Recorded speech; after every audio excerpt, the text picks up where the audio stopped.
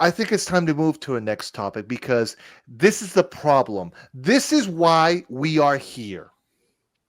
Because rumor has it.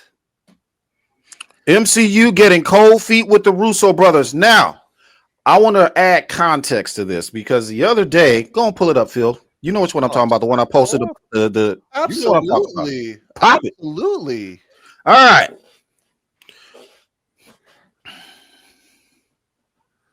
So why did we are talking about this? Because Yeah. my So time to shine. Well, go ahead. You go ahead, Charles. yeah. I'll be So right back. You to add context to this, they had great success with the Winter Soldier. They had great success with Civil War, and I mainly give that credit to Marcus and McFeely because it was their script. But you only have one half of them now that's going to be doing this. By the way, the other ones, I can't remember which one it is. I can't remember if it was Marcus or McFeely that won't be doing this here. But right around that time, there were Zack Snyder's storyboards were in that atmosphere. Mm-hmm. Okay, suddenly you get Infinity War. You get a time travel heist in the end game. You get the 5 years later after everybody gets fucked up, and then you have Tony Stark in the end sacrificing his life. That was lifted from his storyboard, Zack Snyder. I don't care what anybody says. You can't deny it at this point. You can't deny it. Otherwise, the Russo brothers would still be on top, and y'all would still be singing their praises. Suddenly, Zack Snyder leaves the school, takes his homework with him, takes all his books. Suddenly now, this is what's happening. And not just them, but this has been happening to the MCU after he left, period. Now, you tell me why. I could give you a guess. This was part of Zack's plan. Zack was going to have Darkseid use the old ways, because obviously they destroyed the mother boxes, so couldn't use the boom tube and come through. Did that. So he was going to use his ships to get there, just like he did the first time. He gets there, finds the anti-life equation, uses the Riddler to decode it. That smart motherfucker. Wasn't the rumor that the Riddler blows his own brains out after he did it, he blew his brains out, and then Lex was like, "Yo, kill Superman. He's powerful." Darkseid was like, "Fuck no, I don't want to kill that. That's power. I want to make him submit to me. I want him on my side." Lex told him how he can do it. Anybody remember how that was? How it went down? Lois Lane. She's the key. What did Diana say? She's the key to Superman, right? What did Darkseid do when he arrived on Earth? Boom tubed into Batman's fucking Batcave and killed her with his Omega beams.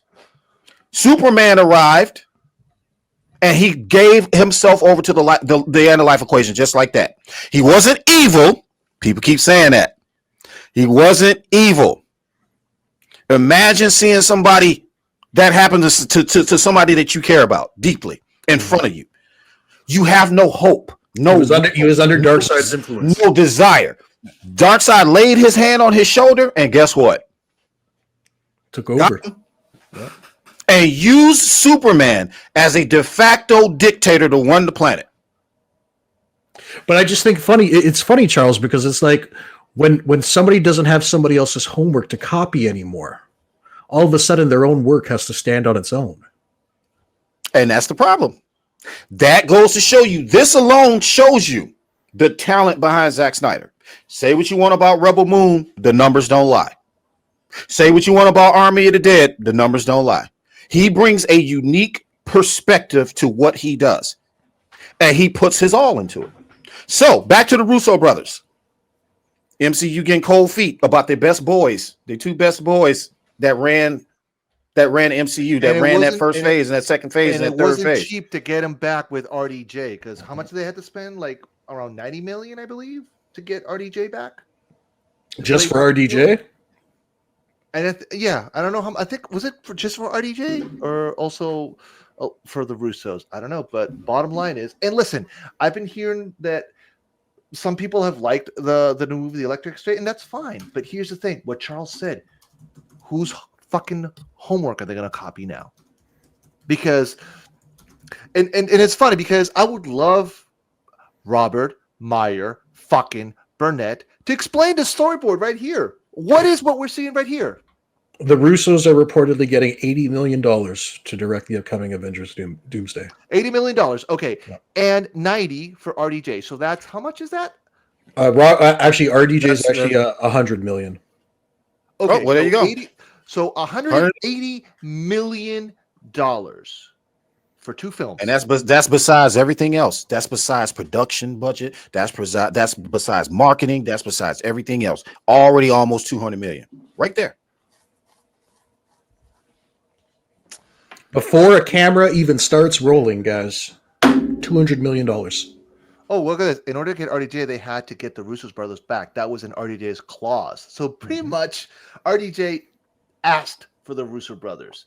But here's the thing, and I hold no grudge with RDJ whatsoever. He's a great actor. He's not, listen, the actors are not involved in this bullshit. So do not take it against the actors. I'm never going to attack the actors.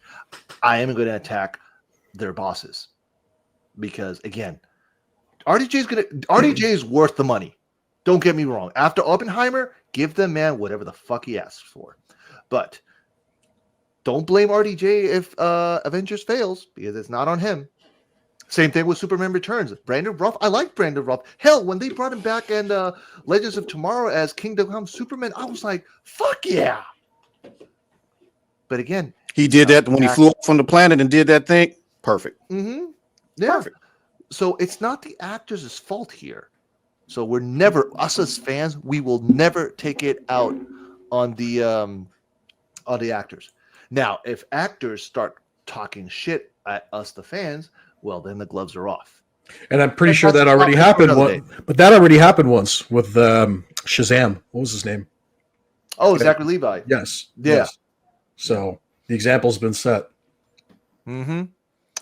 So yeah.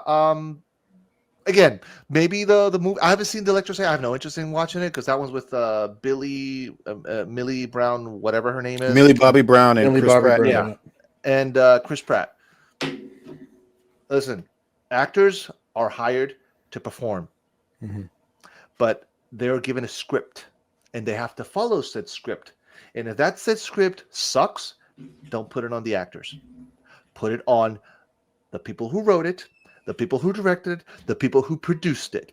Because if because if the MCU fails, well, I guess they're going to earn this one too. You see this all the time at the level of a top producer who, between them or separately, will make flop after flop after flop after flop. I'm not going to name them, but I know who they are. And they're not all American either. And they still get paid huge sums of money for being in films that nobody wants to see. And producers make pictures out of which they take enormous sums of money. And the films, again, are not films people want to see. They're always going to blame somebody else. Always. Not their fault. No, you were the one who said, or whatever.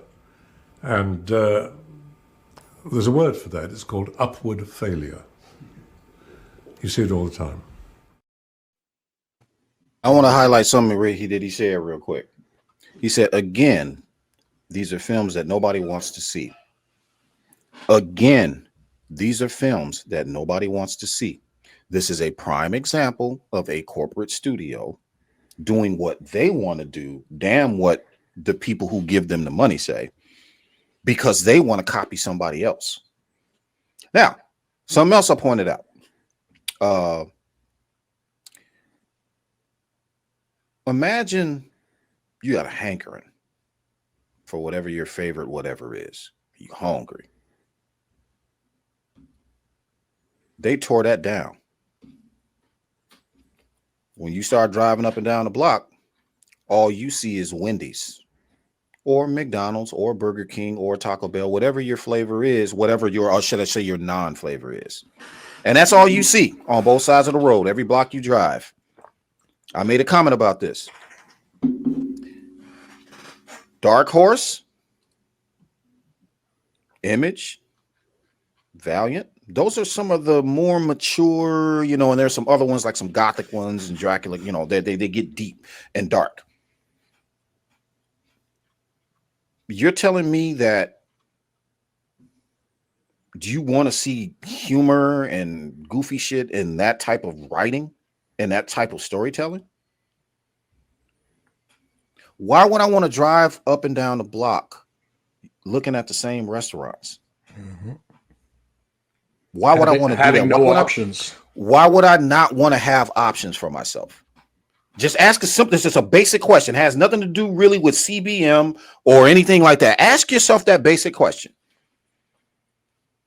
What is so scary about having a variety of comic book storytelling in different tones? Got Marvel with their semi-dramas, kind of light family shit. You got DC with their more mature, more adult storytelling. You got a kiddie comic that tells kiddie stuff more geared towards, little kids or whatever, but it's a friendly comic. What's wrong with variety? Dude, that's exactly why I don't buy that narrative of, James Gunn, his Superman would compete, or Snyder's Superman would compete. It would be some kind of competition. I don't buy it, bro, because at the end of the day, it's the same brand. All you're doing is maximizing your opportunity to make as much profit as possible. It's like having different departments in a building, guys. That's all it is. It's a big building. One department is for Elseworlds. One department is for the mainline DCEU. One is for animated. Animated. One is for all of you guys are making money. It isn't a competition, but that's the problem. James Gunn thinks it is. So you're competing within your own brand. You're thinking it's a competition within your own brand, and it's not. You're giving everybody the flavors that they're asking for. After all, DC was the king of the multiverse. It was theirs. It was their invention, and you let Marvel take it from you. And how's that feel?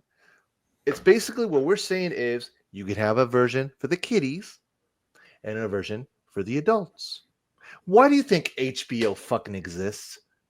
Every fucking Sunday, they show either Successions or True Blood or whatever. Well, they used to have Sopranos back in the day, like HBO. Exactly. So we can have both. So I don't want to hear this bullshit. Oh, because there's some contracts. Fuck you. Mm-hmm. Oh, they're getting too old. De-age them. AI. The technology's there. The technology's not going anywhere. They did it with Luke Skywalker. We're running out of excuses, guys. Or should I say, you are running out of excuses. They did it with Iron Man. When I say we, I mean you guys on the real DC fan side and the gun side. You're running out of excuses now. I said it right here, and that's why he will not release the error cut, because he knows that version will wipe the fucking floor with the Suicide Squad. Let me tell you something. Suicide Squad gave us Will Smith as Deadshot. He gave us his daughter in the film, not his real daughter, but and he gave us an interaction that was normal, that was family oriented, that was what a father should be to his daughter. Mm-hmm.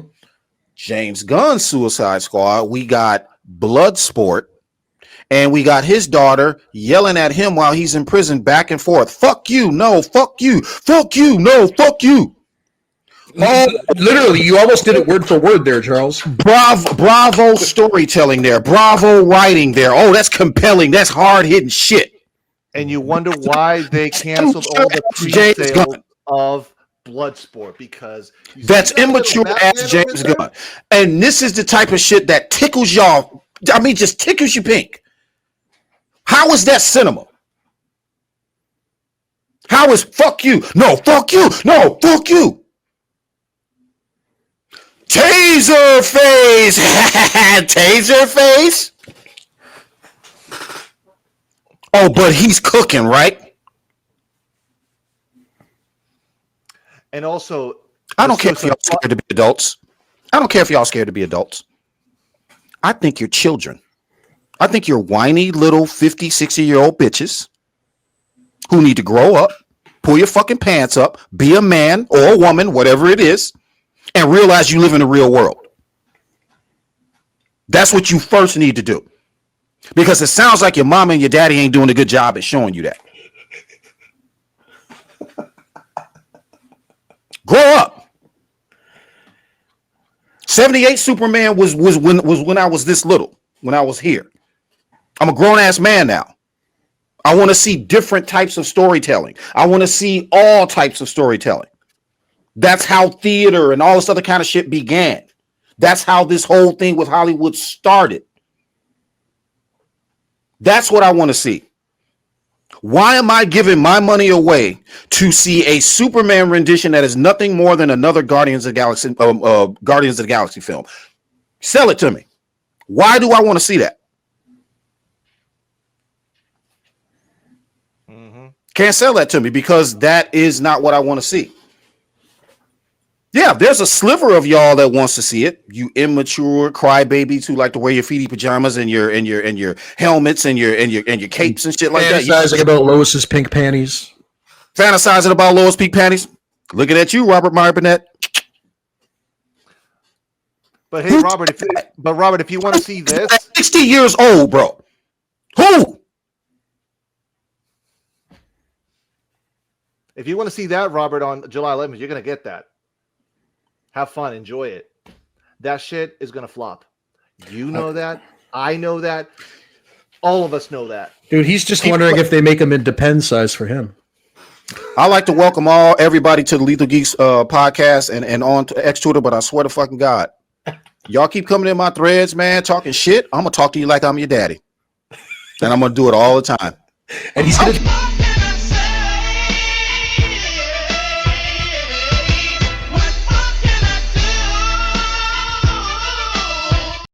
And he's going to do it on camera, not some keyboard warrior. So be forewarned.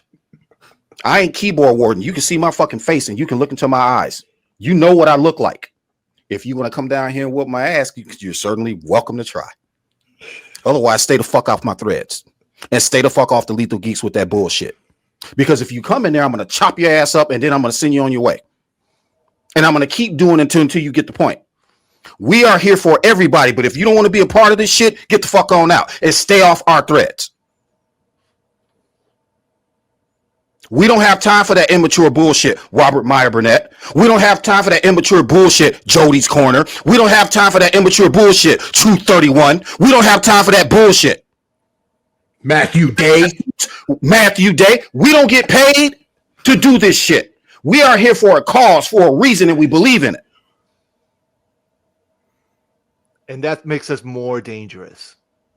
So you want to come at me and keep coming at us with that bullshit? Come on. I am tired of being nice. I am tired of trying to welcome everybody here when all you do is slide up in here and talk shit. I don't know if you paid. I don't know if WB paying you. You probably are. I don't know if Gunn paying you. Probably are. But you are not going to come in here disrespecting people, disrespecting us on our chat, disrespecting us in Lethal Geeks Precinct, disrespecting us on what we're trying to build. All we are doing is trying to get a successful director's arc finished. That's it. And you don't have to hear from us again about this bullshit. Trust me, we would love to come on here and just talk about shit we love, bro. We would love to come on here every single weekend and talk about what we love. I am tired of James Gunn being a subject of discussion every time I turn around. I'm sick of it. And the only reason he is because you motherfuckers keep showing up in our threads to talk that shit. Celebrate what you love. Yeah, celebrate what you love. That's my advice to you. If you like James Gunn, celebrate it. Stay in your threads. Make your own podcast about James Gunn and do your thing. Run with it. But when we have an opinion about Zack Snyder and what we want to see, stay the fuck off our threads if you ain't got nothing good to say. What's hilarious is you don't see us going over to their podcasts and talking shit about James. Jump to those motherfuckers' threads to do that. I've never once done that. You like James Gunn? Cool. You know, I pass through hundreds of threads every day talking about James Gunn. I don't respond to them unless it was a direct threat from our fucking side. I let you have your thing. You love James Gunn? Love him. Love that immature shit. Do your thing.